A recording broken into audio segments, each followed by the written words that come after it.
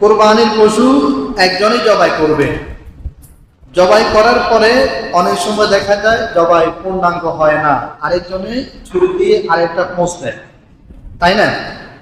এখন যিনি প্রথমে জবাই করবেন তিনি বিসমিল্লাহি আল্লাহু আকবার বলতেই হবে, না বললে কোরবানি হবে না, বলতেই হবে। তিনি জবাই করার পরে দ্বিতীয় যে ব্যক্তি আবার ছুরি দিয়ে পোঁছ দিল তাকেও বিসমিল্লাহ বলতে হবে। কারণ কি? কারণটা হচ্ছে, বুঝিয়ে বলছি, দেখেন, কোরবানির পশুর রগ কয়টা? 4টা, 2টা শাহরগ, একটা খাদ্যনালী, একটা কণ্ঠনালী, 4টা। এই 4 রগের কমপক্ষে 3 রগ কাটা যেতে হয়।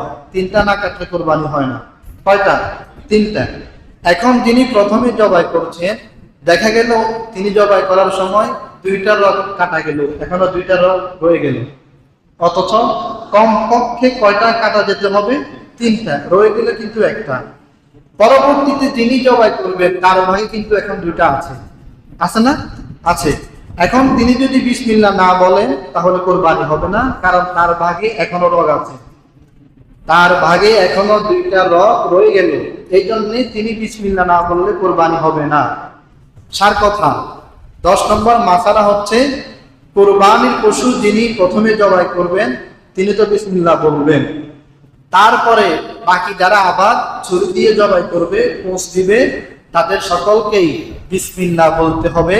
বিসমিল্লাহ না বললে কিন্তু কোরবানি হবে না, বলতে হবে। মানুষ জীবিত এবং মৃত 2 ধরনের। জীবিত যারা আছে তারা চাইলে মৃত আত্মীয় স্বজন মা বাবার নামে কোরবানি দিতে পারে, মা বাবার নামে কোরবানি দিতে পারে। এবার একটু বুঝিয়ে বলি মাসালা। কোন ব্যক্তি যদি তার মৃত মা বাবার নামে কোরবানি দেয়, মা বাবা যদি মারা যাওয়ার আগে তাকে ওসিয়ত করে না যায়, এমনিতেই ব্যক্তি তার মা বাবার নামে কোরবানি দিল, মৃত মা বাবার নামে কোরবানি দিল, তাহলে এটা জায়েজ, এর গোশত সকলেই খেতে পারবে। আর যদি মা বাবা বা আত্মীয় স্বজন মারা যাওয়ার আগে ওসিয়ত করে যায় যে আমার নামে কোরবানি দিবে, তাহলে এটা হয়ে যায় ওসিয়তের কোরবানি, এটা আপনার উপর ওয়াজিব।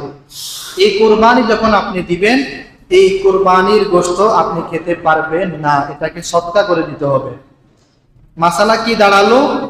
যে আমরা যদি আমাদের মৃত মা বাবা আত্মীয় স্বজন তাদের নামে কোরবানি করি, এটা আমাদের সকলের জন্য জায়েজ এবং একটি উত্তম কাজ, এর গোশত আমরা সকলে খেতে পারব। কিন্তু যদি মা বাবা আমাদেরকে ওসিয়ত করে দেয় কোরবানি করার জন্য, এরপরে আপনি যদি কোরবানি করেন, তাহলে সেটা কিসের কোরবানি? ওসিয়তের কোরবানি। এই কোরবানির গোশত আপনি আপনার পরিবারের কেউ খেতে পারবে না, এটাকে সদকা করে দিতে হবে। আমরা সকলেই সামর্থ্য যদি থাকে আমাদের মৃত মা বাবার নামে আমরা কোরবানি করবো ইনশাআল্লাহ। যদি মা বাবা জীবিত থাকে তাহলেও পারবো। মা বাবা যদি জীবিত থাকে তাহলেও আমরা মা বাবার নামে কোরবানি করতে পারবো এবং কোরবানি গোশত সকলে খেতে পারবো। আর একটি উত্তম কথা, উত্তম আমল বলে দিই, যদি কারো সামর্থ্য থাকে তাহলে আল্লাহ রসুলের নামে, নামে বলতে বুঝার জন্য বলতেছি, মূলত নামে হয় না, পক্ষ থেকে, আল্লাহ রসুলের পক্ষ থেকে, 7 শরীকের পক্ষ থেকে, আপনার পক্ষ থেকে, শব্দটা কি হয়? পক্ষ থেকে। নাম একমাত্র আল্লাহর নামে, কারো নামে কোরবানি হয় না, বুঝার জন্য শব্দটা বারবার বললাম, মূলত পক্ষ থেকে হয়।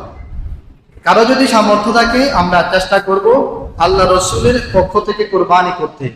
হযরত আলী প্রতি কোরবানির সময় তিনি 2টা দুম্বা কোরবানি করতেন। এরপরে তিনি বললেন যে আল্লাহ রসুল আমাকে ওসিয়ত করেছেন আমি যাতে তার নামে কোরবানি করি। এজন্য হযরত আলী 2টা দুম্বা আপনারা কি করতেন? একটা তার নামে, একটা আল্লাহ রসুলের নামে। অতএব আমাদের যদি কারো সামর্থ্য থাকে আমরা নিজের নামেও নিজের শরীকে কোরবানি করব, আর আল্লাহ রসুলের জন্য একটা শরীক নিতে পারি যদি আমাদের সামর্থ্য থাকে, কিংবা মৃত মা বাবার জন্য আমরা একটা শরীক নিতে পারি, যেটাই ইচ্ছা। সার কথা, আমাদের মৃত মা বাবা আত্মীয় স্বজন তাদের জন্য চাইলে আমরা কোরবানি করতে পারি, একটা শরীক নিতে পারি বা একটা ছাগল নিতে পারি। অথবা আল্লাহ রসুলের জন্য আমরা একটা শরীক নিতে পারি, একটা ছাগল নিতে পারি, এই কোরবানি আমরা করতে পারি। এটা যদি আমরা করি আল্লাহ তাআলা আমাদেরকে ভরপুর সওয়াব দান করবেন। কোরবানির নিয়ত করে যদি আপনি পশু কিনেন, আপনি একাই কোরবানি দিবেন, এই নিয়তে যদি পশু কিনেন তখন আপনার জন্য কয়েকটি কথা আছে। ব্যক্তি যদি ধনী হয় আর তিনি যদি কোরবানি একাই কোরবানি দিবেন এই নিয়তে একটা পশু কিনলো, গরু কিনলো, পরবর্তীতে যদি তিনি চান কাউকে শরীক নিতে পারবেন। এটা যদি ব্যক্তি ধনী হয় তবে না নেওয়া উত্তম।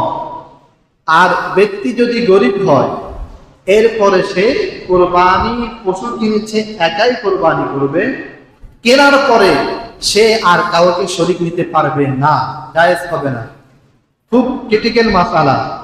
যদি ব্যক্তি ধনী হয় তাহলে সে একাই কোরবানি দিবে, এই নিয়তে গরু ক্রয় করার পরে অন্য কাউকে শরীক নিতে পারবে, না নেওয়া উত্তম। আর যদি ব্যক্তি গরিব হয় সে যদি একাই কোরবানি করবে এই নিয়তে পশু কিনে, তাহলে পরবর্তীতে সে আর কাউকে শরীক নিতে পারবে না। কোরবানির পশু যদি আপনার চুরি হয়ে যায় তখন কি করণীয়? এটা তো হরহামেশাই ঘটে।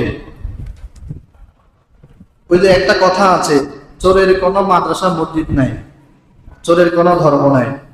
একটা কোরবানির পশু এতটুকু ভয় তার অন্তরে নাই যে আমি একটা কোরবানির পশু দিচ্ছি।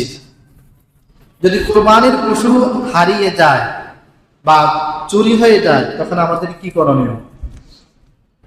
মনে রাখবেন, যদি কোরবানির পশু চুরি হয়ে যায় কিংবা হারিয়ে যায় তাহলে ব্যক্তি যদি ধনী হয় তার উপর আরেকটা পশু কিনে কোরবানি করা ওয়াজিব।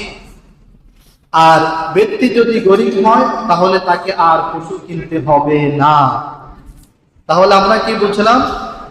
যদি কোনো ব্যক্তির আপনার পশু চুরি হয়ে যায় কিংবা হারিয়ে যায় তাহলে অনেক সময় মারাও যেতে পারে, তাহলে ব্যক্তি যদি কি হয়, ধনী হয়, আরেকটা কেনা ওয়াজিব। আর যদি ব্যক্তি গরিব হয় তাহলে আর কিনতে হবে না। এই মাসআলার দ্বিতীয় অংশ হলো, যদি ব্যক্তি ধনী হয় সে তো আরেকটা কিনবে, কেনার পরে যদি আগেরটা পাওয়া যায়, যেটা হারিয়ে গেল বা চুরি হয়ে গেল, ওইটা যদি পাওয়া যায় তাহলে তার ইচ্ছা, চাইলে উভয়টাই কোরবানি করতে পারবে, চাইলে একটা কোরবানি করতে পারবে। এটা হলো ব্যক্তি যদি ধনী হয়। আর ব্যক্তি যদি গরিব হয় তাহলে সে যদি আরেকটা কিনে, কেনার পরে যেটা হারিয়ে গেল বা চুরি হয়ে গেল ওটাও যদি পাওয়া যায় তাহলে তাকে দুটাই কোরবানি করতে হবে, একটা করলে হবে না। এই মাসালা শেষাংশ একটু সূক্ষ্ম বিষয়। অর্থাৎ ব্যক্তি যদি ধনী হয় সে তো আরেকটা পশু কিনবে, কেনার পরে সে আগের যেই পশুটা হারিয়ে গেল কিংবা চুরি হয়ে গেল ওই পশুটা পাওয়া গেলে তার ইচ্ছা দুইটা পশুর যে কোনো একটা কোরবানি করতে পারবে, দুইটাও পারবে কোরবানি করতে। আর যদি ব্যক্তি গরিব হয় সে যদি আরেকটা কিনে, কেনার পরে আগেরটা পাওয়া গেলে তাকে দুটাই কোরবানি করতে হবে, একটা করলে হবে না। কোরবানির পশুর গোশত অনুমান করে আপনার বন্টন করা জায়েজ নাই, এটাকে ওজন করে বন্টন করতে হবে। কোরবানির পশুর গোশত ওজন করে বন্টন করতে হবে বলে সকলেই কারো কোনো আপত্তি নাই। আপত্তি না থাকলেও সকলকে অবশ্যই সমভাবে ওজন করে বন্টন করতে হবে।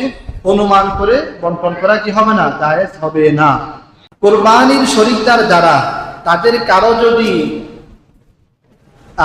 ইন্তেকাল হয়ে যায়, কেউ যদি মারা যায় তখন কি করণীয়? হায়াত মুক্ত আল্লাহর হাতে। দেখা গেল 7 শরীক, ঈদের একদিন আগে এক শরীক মারা গেল, তখন যেই শরীক মারা গেল ওই শরীকের ওই ব্যক্তির পরিবারের অনুমতি ছাড়া তার শরীক জায়েজ হবে না। চাইলে তাকে বাদ দিয়ে দিতে পারবেন অথবা তার স্থলে আরেকজন নিতে পারবেন যদি মারা যায়। তাহলে কোরবানির কোন শরীকদার যদি মারা যায় তাহলে বাকি শরীকরা ওই শরীকদারকে বাদ দিয়ে কোরবানি করবে। আর ওই শরীকদারের আত্মীয় স্বজন যদি অনুমতি দেয় তাহলে কোরবানি করতে পারবে, অথবা তাকে বাদ দিয়ে তার জায়গায় আরেকজনকে নিতে পারবে। কোরবানির পশুর গোশত, চর্বি, চামড়া, হাল যাই বলি কোনোটাই বিক্রি করা জায়েজ নাই, কোনোটাই কি নাই বিক্রি করা জায়েজ নাই। আপনি নিজে খাবেন, নিজে ব্যবহার করবেন। এখন বলবেন তা খাল তো আমরা বিক্রি করি, সেই কথা আমরা আসছি। তাহলে কোরবানির পশুর কোনো অংশই বিক্রি করা জায়েজ নাই।